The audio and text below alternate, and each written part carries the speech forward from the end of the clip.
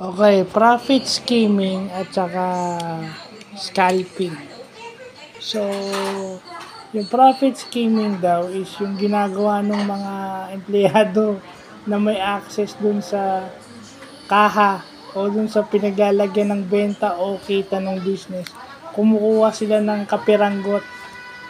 Dumudukot sila dun sa cash register o dun sa cash box or kung sa cabinet kung saan nakalagay yung benta, kumukupit sila ng konti. Eh pag naging habit mo na yun, baka imbis na maliit na yung nakukuha mo, malaki.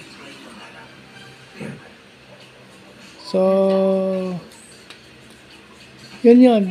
Yung scalping naman, yun yung pag-i-scheme. Yun na nga yun, yung other term sa profit skimming.